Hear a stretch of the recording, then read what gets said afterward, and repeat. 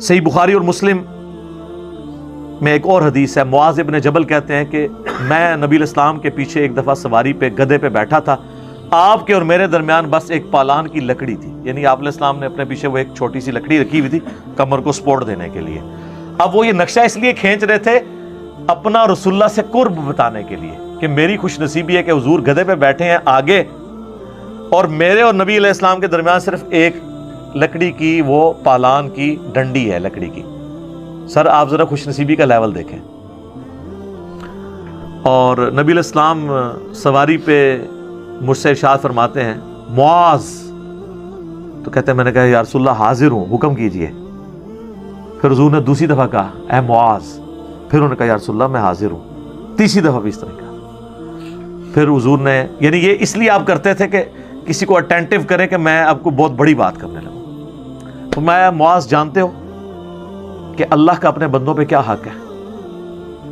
کہ رسول اللہ، اللہ اور اس کا رسول بہتر جانتے ہیں۔ فرمایا کہ اللہ کا اپنے بندوں پہ یہ حق ہے کہ وہ صرف اسی کی عبادت کریں اور اس کے ساتھ کسی کو شریک نہ ٹھہرائیں۔ تو پھر نبی علیہ السلام خاموش ہو گئے، سواری تھوڑی آگے گئی، پھر آپ نے کہا معاذ کہ یا رسول اللہ حاضر، لبیک یا رسول اللہ، یہ الفاظ ہیں، یا رسول اللہ حاضر ہوں۔ پھر کہا معاذ لبیک یا رسول اللہ، 3 دفعہ۔ پھر جانتے ہو جو بندہ یہ کر لے کہ وہ شرک نہ کرے اور اللہ کی ہی عبادت کرے، اس بندے کا اپنے رب پہ کیا حق ہے؟ ہائے ہائے ہائے، پھر بندے کا کیا حق ہو سکتا ہے؟ بندے کی کیا اوقات ہے؟ لیکن اللہ نے انسان کو یہ عزت دی ہے کہ جو شرک نہیں کرتا اور صرف اس کی بات کرتا ہے، وہ پھر اللہ پہ حق رکھتا ہے کہ ایسے بندے کو اللہ عذاب نہ دے اور قیامت والے دن بخش دے۔ یہ ہے اس بندے کا حق اپنے رب کے اوپر۔ اللہم اجعلنا منہم، آمین۔ اللہم انا نسألک جنت الفردوس مع النبیین والصدیقین والشہداء والصالحین، آمین۔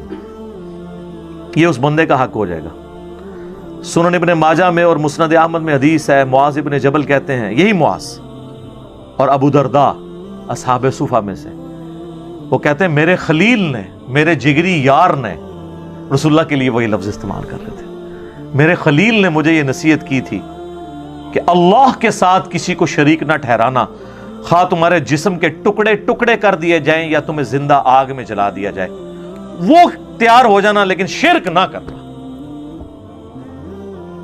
اچھا مسلمان بڑے کانفیڈنٹ ہیں، وہ کہتے ہیں نہیں ہم تو کوئی بھی شرک نہیں کرتا، شرک مک گیا جی، وہ میری طرح ویڈیو پہ مکے ہے، ایک قبروں تے آ کے ہندو پہ سجدے کر دینے۔ علی اللہ جو شیعہ کا ایک گروہ ہے نصیریہ شام میں، وہ کوئی ہندوؤں میں سے نکلا ہوا ہے؟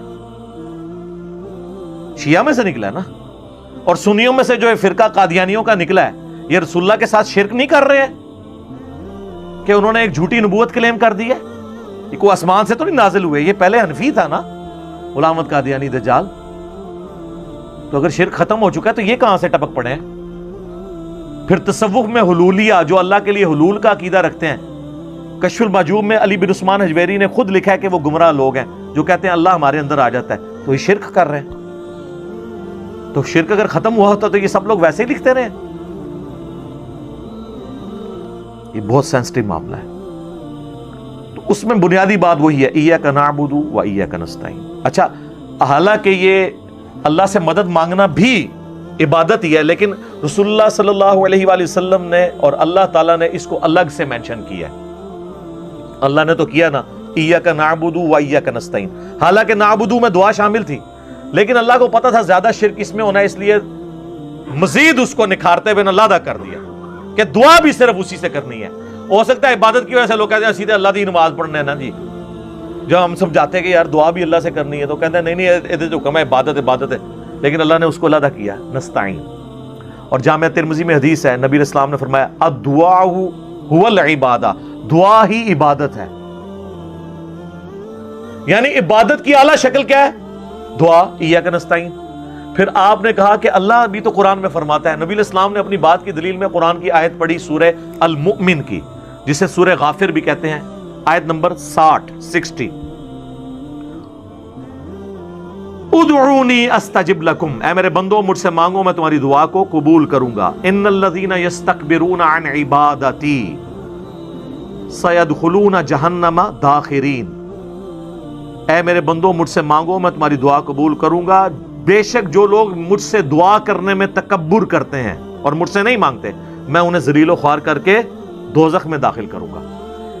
یعنی اللہ تعالیٰ فرما رہا ہے ذکر ہوا کہ مجھ سے دعا کرو میں قبول کروں گا، اور اسی آیت میں کہہ دیا کہ جو میری عبادت سے تکبر کرتے ہیں انہیں میں ذلیل و خوار کروں گا۔ یعنی دعا کو خود عبادت کہا اللہ نے، اور رسول اللہ صلی اللہ علیہ وسلم نے اس کو مزید ایکسپلین کر دیا اپنی اس حدیث سے، الدعاء هو العبادہ، اور ساتھ یہ آیت پڑھ دی۔